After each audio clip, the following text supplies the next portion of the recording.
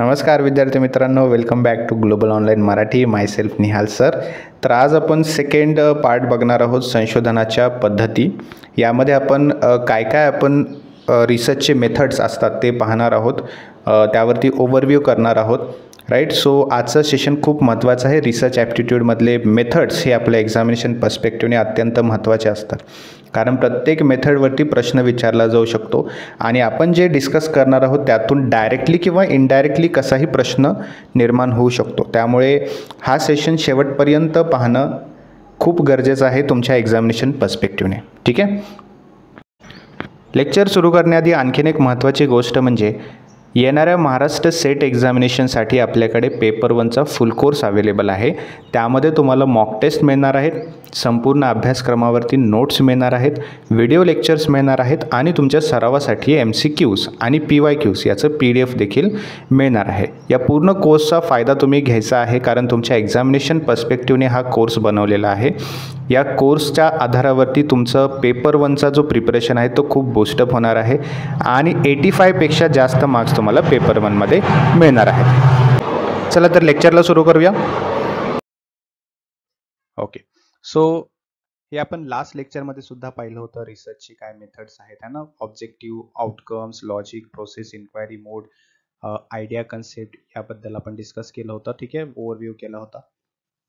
तर आता आपण थोडंसं परत एकदा एक क्विक ओव्हरव्ह्यू करूया. आपण काय काय शिकणार आहोत. तर ऑब्जेक्टिव्ह मेथडमध्ये आपण descriptive method, correlational method, explanatory, exploratory and experimental method objective पॉईंटमध्ये बघणार आहोत. आउटकम जो पॉईंट आहे त्यामध्ये पण फंडामेंटल आणि अप्लाइड रिसर्च पाहणार आहोत. लॉजिकमध्ये आपण डिडक्टिव्ह आणि इंडक्टिव्ह पाहणार आहोत आणि प्रोसेसमध्ये क्वांटिटेटिव्ह, क्वालिटेटिव्ह, इन्क्वायरीमध्ये स्ट्रक्चर्ड, अनस्ट्रक्चर्ड, आयडिया किंवा कन्सेप्टमध्ये कन्सेप्च्युअल आणि एम्पिरिकल. ठीक आहे, हे सर्व 1 बाय 1 आपण पाहणार आहोत. क्लिअर. सो कालच्या लेक्चरमध्ये सुद्धा आपण ओव्हरव्ह्यू घेतलाय, आज सुद्धा घेतलेला आहे. जे विद्यार्थ्यांचं मिस झालं असेल त्यांचं कव्हर होईल. ओके. आपण डिस्क्रिप्टिव्ह रिसर्चने सुरुवात करूया. वर्णनात्मक संशोधन काय असतं. ठीक आहे, डिस्क्रिप्टिव्ह रिसर्च.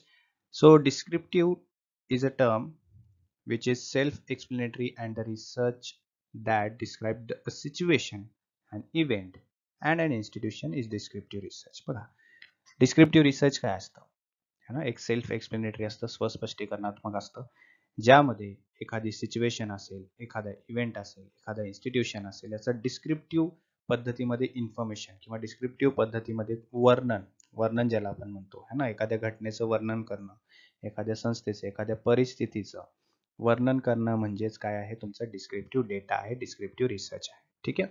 त्या वर्णन करण्यासाठी तुम्ही काय करता, तुम्ही सर्वे करता, तुम्ही ऑब्झर्व करता है ना, त्या मेथडमधून तुम्ही डेटा कलेक्ट करत असता आणि जो डेटा तुमच्याकडे आलेला असतो, इन्फॉर्मेशन तुमच्याकडे आलेली असते, that information, that data is a descriptive data.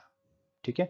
मग त्याचं तुम्ही काय करता, स्पष्टीकरण करता की सिच्युएशन जी आहे किंवा इव्हेंट जो होता है ना, त्यामध्ये काय काय तुम्ही ऑब्झर्व केलेलं आहे, काय काय घटना घडलेल्या आहेत, कशामुळे घडलेल्या, त्याचं रिझन काय आहे. ठीक आहे. तर या अशा प्रकारे डिस्क्रिप्टिव्ह रिसर्च असते आणि डिस्क्रिप्टिव्ह रिसर्चला नेहमी क्वांटिटेटिव्ह रिसर्च म्हटलं जातं. ठीक आहे. In simple word, descriptive research is all about describing a phenomena, observing and drawing conclusions from it है ना. डिस्क्रिप्टिव्ह रिसर्च जे असतं ते काय असतं, एक फिनॉमेना, एखादं घटना जी आहे त्याचं वर्णन करणं है ना, त्याचं निरीक्षण करणं आणि त्यामधून कन्क्लुजन काढणं, त्यामधून निष्कर्ष काढणं, हे असतं आपल्या वर्णनात्मक रिसर्चचं, वर्णनात्मक संशोधनाचं एक फीचर आहे असं आपण म्हणू शकतो. आलं लक्षात. पुढे बघा, जेव्हा डिस्क्रिप्टिव्ह रिसर्च असं नाव येतं, त्या डिस्क्रिप्टिव्ह रिसर्चमध्ये आपण काय शोधतो किंवा त्यामध्ये एक डिस्क्रिप्टिव्ह रिसर्चची डेफिनेशन आपण कशी बोलू शकतो, त्याचा मिनिंग काय आहे. तर बघा, काही असे क्वेश्चन्स आहेत ज्याचा आन्सर जे आपल्याला किंवा डेटा जो आपल्याला मिळतो that is called descriptive research. म्हणजे फॉर एक्झाम्पल बघा की descriptive studies might be used to answer questions just like what percentage of head start teachers have a bachelor's degree or higher है ना. जे हेड डिपार्टमेंट किंवा मोठे teachers आहेत त्या सर्व टीचर्सची डिग्री काय आहे किंवा हायर डिग्री काय आहे, किती टीचर्स असे आहेत ज्यांची हायर डिग्री आहे किंवा डिग्री आहे है ना. हे जेव्हा तुम्ही सर्वे करता, हे जेव्हा तुम्ही ऑब्झर्व करता, त्यावेळेस तुम्हाला जो डेटा मिळालेला असतो that is a data which comes from the descriptive method, है ना, which is came from the descriptive method. आणि डिस्क्रिप्टिव्ह मेथडमध्ये जो आपल्याला आन्सर मिळत असतो or whatever the data we collect from descriptive method that is quantitative data we call it, बरोबर. किंवा याच्यासारखाच आणखीन एक क्वेश्चन असेल जसं की what is the average reading ability of 5 year old when they first enter kindergarten, है ना, याचं उत्तर असेल. किंवा what kind of maths activity, म्हणजे या प्रश्नाचं उत्तर जे आहे त्यासाठी आपल्याला त्या उत्तर मिळवण्यासाठी आपल्याला डेटा कलेक्ट करण्यासाठी काय करावं लागतं, सर्वे करावं लागतं, ऑब्झर्वेशन करावं लागतं, right. So that observation or the data which is collected from the observation method or survey method, that is descriptive method. Now let's discuss the what are the types of descriptive research. जे वर्णनात्मक संशोधन आहे त्याचे आणखीन काही प्रकार आहे. For example त्यामध्ये सर्वेक्षण संशोधन आहे, सर्वे रिसर्च आहे, सहसंबंधात्मक अभ्यास आहे म्हणजे को रिलेशनल स्टडीज आहे, कारणात्मक तुलनात्मक अभ्यास कॅज्युअल कंपॅरेटिव्ह स्टडी आहे. त्यानंतर हे सर्व काय आहेत, वर्णनात्मक संशोधनाचे मुख्य प्रकार आहेत. भूतपूर्व, त्यानंतर ऐतिहासिक, अन्वेषणात्मक, विश्लेषणात्मक हे संशोधन जे आहेत हे सर्व डिस्क्रिप्टिव्ह रिसर्चचे व्हेरियंट आहेत किंवा त्याचे इतर प्रकार आहेत असं आपण बोलू शकतो. ठीक आहे, तर वन बाय वन बघूया आपण.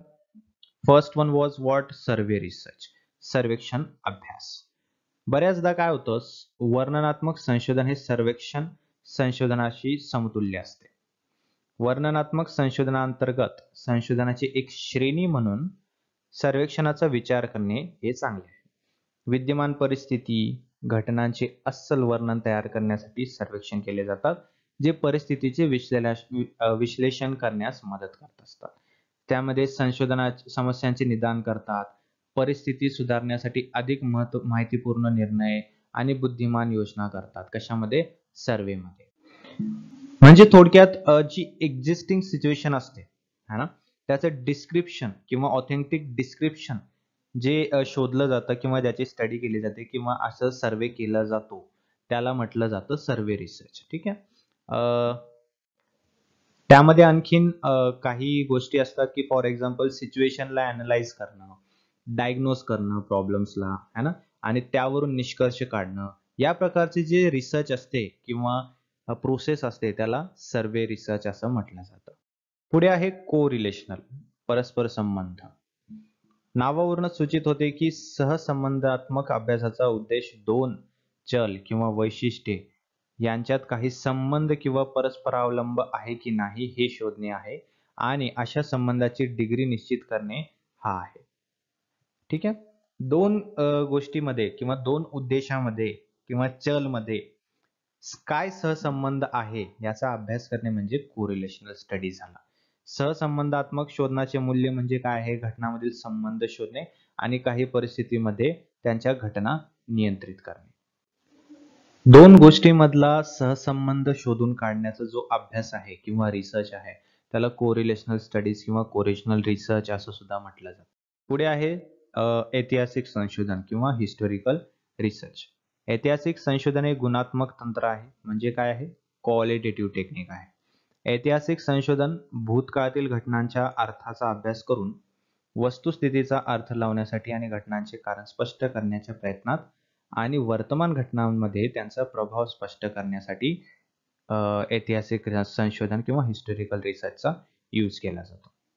ऑलराईट, म्हणजे काय सांगितलं यामध्ये, ऐतिहासिक संशोधन एक पहिल्यांदा क्वालिटेटिव्ह टेक्निक आहे हे लक्षात ठेवा.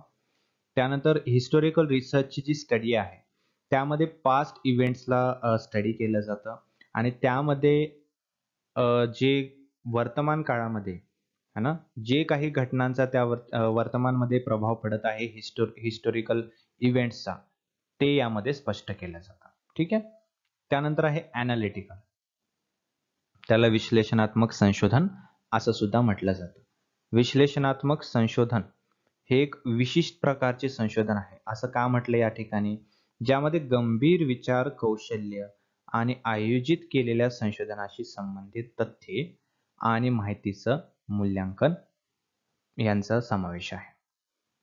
विद्यार्थी, त्यानंतर डॉक्टर आणि मानसशास्त्रज्ञांसह विविध लोक अभ्यास दरम्यान विश्लेषणात्मक संशोधनाचा वापर सर्वात संबंधित माहिती शोधण्यासाठी करत असतात, है ना. ॲनालिटिकल जे काही प्रोसेस असते, म्हणजे ॲनालाइज करतो आपण एका गोष्टीला आणि त्यामधून त्याचा निष्कर्ष काढण्याचा प्रयत्न करत असतो, किंवा एखाद्या प्रॉब्लेममध्ये किंवा एका प्रॉब्लेमला आपण ॲनालाइज करतो आणि त्या प्रॉब्लेमचं सोल्युशन शोधण्याचा प्रयत्न करत असतो.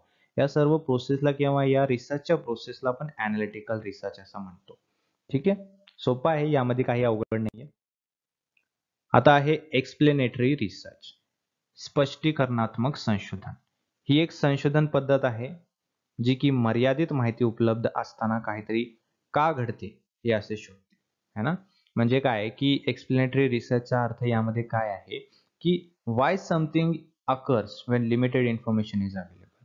एखादी इन्फॉर्मेशन तुम्हाला अवेलेबल आहे, म्हणजे एक अस्तित्वात इन्फॉर्मेशन जी ऑलरेडी आहे ती तुमच्यासाठी अवेलेबल आहे, लिमिटेड, है ना. ती त्या लिमिटेड इन्फॉर्मेशन वरून काही गोष्टी आपल्याला कळत असतात की त्या गोष्टी असे का होत आहेत किंवा ह्या गोष्टी का घडत आहेत. हा प्रश्न जेव्हा येतो, that is your explanatory research, है ना. मग त्या प्रश्नाचं उत्तर आपण जेव्हा शोधतो, त्या प्रश्नाचं उत्तर शोधण्यासाठी जे आपण संशोधन करतो त्याला एक्सप्लेनेटरी रिसर्च असं म्हटलं जातं. It can help you increase your understanding of given topic. यामध्ये तुम्हाला हेल्प होते की तुम्हाला एका पर्टिक्युलर, म्हणजे तुम्हाला जो विषय दिलेला आहे रिसर्चचा, त्याच्यामध्ये तुम्हाला जास्ती ज्ञान प्राप्ती होते, समज वाढते तुमची, है ना. त्यानंतर एखादी विशिष्ट घटना कशी किंवा का घडत आहे हे तपासण्यात आणि भविष्यातील घटनांचा अंदाज लावण्यास यामध्ये मदत होते. काही गोष्टी का घडत आहेत, एखादी पर्टिक्युलर गोष्ट जर इट इज हॅपनिंग, तर ते का घडत आहे आणि त्या का घडत आहे याच्या संशोधनावरून तुम्हाला मदत होते की तुम्ही फ्युचरचा अंदाज लावू शकता, है ना. फ्युचरमध्ये काय घडू शकतं compare to this particular situation, हे तुम्हाला शोधण्यास मदत होत असते एक्सप्लेनेटरी रिसर्चमुळे. ठीक आहे, पुढे आहे एक्सप्लोरेटरी. अगोदर एक्सप्लेनेटरी झालं, आता एक्सप्लोरेटरी. एक्सप्लोरेटरी रिसर्च ही एक पद्धतशीर दृष्टिकोन आहे जी संशोधन प्रश्नांची चौकशी करते. संशोधन प्रश्नांची म्हणजे इन्व्हेस्टिगेट्स व्हॉट क्वेश्चन्स, रिसर्च क्वेश्चन्स ज्यांचा पूर्वी सखोल अभ्यास केला गेला नाही. एक्सप्लोरेटरी रिसर्च काय करतं, एक्सप्लोर करतं ज्या गोष्टी ऑलरेडी आहेत परंतु त्यावरती डीपली रिसर्च कोणीही आतापर्यंत केलेलं नाही, त्या गोष्टीवरती रिसर्च करत असते. That is exploratory research. म्हणजे एक पर्टिक्युलर गोष्ट ऑलरेडी आहे परंतु त्यावरती रिसर्च कोणी केलं नाही, तर आपण त्यावरती रिसर्च करूया, है ना. दिस इज युअर एक्सप्लोरेटरी, एक्सप्लोर करणं. अन्वेषणात्मक संशोधन हे बहुधा गुणात्मक स्वरूपाचे असते. एक्सप्लोरेटरी रिसर्च जे आहे ते काय असतं, क्वालिटेटिव्ह नेचरमध्ये असतं. तथापि शोधात्मक रीतीने मोठ्या नमुन्यासह केलेला अभ्यास परिणामात्मक देखील असू शकतो. म्हणजे काय म्हटलंय की लार्ज सॅम्पल जे कंडक्ट केलेले आहेत in an exploratory manner that can be quantitative as well. ठीक आहे, आता ही एक्सप्लोरेटरी रिसर्च जी आहे ती तर क्वालिटेटिव्ह आहे, परंतु जो सॅम्पल कंडक्ट केलेला आहे, जो सॅम्पल किंवा सोर्सेस तुम्ही कलेक्ट केलेले आहेत ते क्वांटिटेटिव्ह असू शकतात असे या ठिकाणी सांगितलेलं आहे. कशामध्ये, एक्सप्लोरेटरी रिसर्च मध्ये. त्यानंतर आहे एक्सपेरिमेंटल, प्रायोगिक एक्सपेरिमेंट करणे रिसर्च मध्ये, दॅट इज एक्सपेरिमेंटल. प्रायोगिक संशोधन कार्यकारण संबंध प्रस्थापित करण्यासाठी डिझाईन केले आहे. हे दोन किंवा अधिक चलामधील संबंधाशी संबंधित प्रश्नापासून सुरू होते. आलं लक्षात सर्वांच्या. It begins with the question concerning the relationship between two or more variables. हे लक्षात ठेवा, जर टू ऑर मोर व्हेरिएबल्स जे ज्या ठिकाणी असतं त्याबद्दलची काही गोष्टी आपण रिसर्च करतोय किंवा त्याबद्दलचे प्रश्नांचं आपण सोल्युशन शोधत आहे, तर ते झालं तुमचं एक्सपेरिमेंटल रिसर्च. असा तुम्हाला प्रश्न येऊ शकतो, आला सुद्धा आहे. सायमल्टेनियसली, है ना. त्याचबरोबर काय होतंय की संशोधक अपेक्षित नातेसंबंधाचे स्वरूप सांगण्यासाठी एक किंवा अधिक गृहीतके विकसित करतो.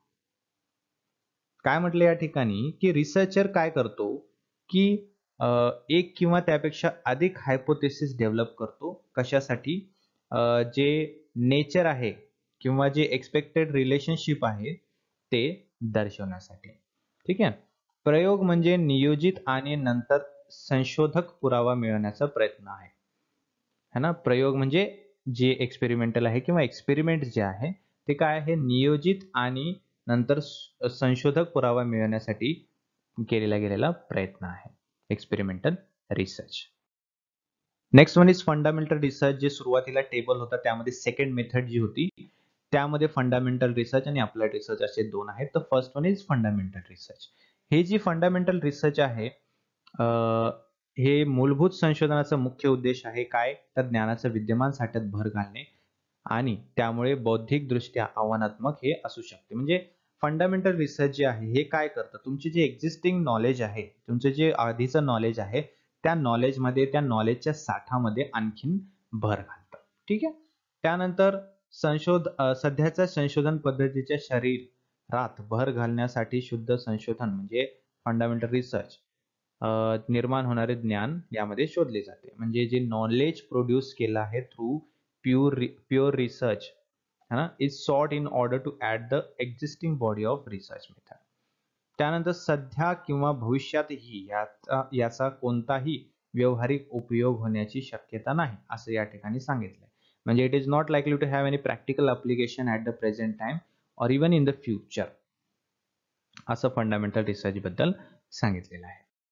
अप्लाइड रिसर्च जे आहे ते काही स्पेसिफिक प्रॉब्लेम्स असतील, प्रॅक्टिकल क्वेश्चन्स असतील जे की सोसायटीमध्ये काही जण फेस करत असतील तर त्याच्या सोल्युशनसाठी हे अप्लाइड रिसर्च जे आहे ते कंडक्ट केले जाते. ठीक आहे. त्यानंतर गव्हर्नमेंटसाठी काही पॉलिसी फॉर्म्युलेशनचा एक मुद्दा असेल किंवा ऍडमिनिस्ट्रेशन मध्ये असेल किंवा एखादा फिनॉमिना म्हणजे एखादी घटना समजून घेण्यासाठी सुद्धा अप्लाइड रिसर्चचा जो अप्लाइड रिसर्च जे आहे ते कंडक्ट केलं जातं. ठीक आहे. अप्लाइड रिसर्च मध्ये बहुतांश वेळा काय होतं की बघा यामध्ये काय सांगितलं की हे नेहमी मूलभूत संशोधनानुसार केले जाते आणि ते शैक्षणिक किंवा औद्योगिक संस्थाद्वारे केले जाऊ शकते. मूलभूत संशोधनाद्वारे केले जाऊ शकते म्हणजे जे फंडामेंटल जे होतं आपलं है ना किंवा बेसिक रिसर्च जे आहे आपलं त्यानुसार केलं जातं है ना. आणि यामध्ये काय होतं, यामध्ये एक एक्झाम्पल दिलंय की एक अकॅडमिक इन्स्टिट्यूशन आहे समजा किंवा एक युनिव्हर्सिटी आहे, ते काय करते, ते अप्लाइड रिसर्चचा एक प्रोग्राम तयार करत असते किंवा इम्प्लिमेंट करत असते. परंतु त्याला फंड कोण करतं, तर एक इंडस्ट्रियल पार्टनर करत असतो जो की त्या प्रोग्राम मध्ये किंवा त्या इनिशिएटिव्ह मध्ये जे की युनिव्हर्सिटीने घेतले त्याच्यामध्ये इंटरेस्टेड असतो है ना. तर हे कशामध्ये आढळतं, अप्लाइड रिसर्च मध्ये. ठीक आहे.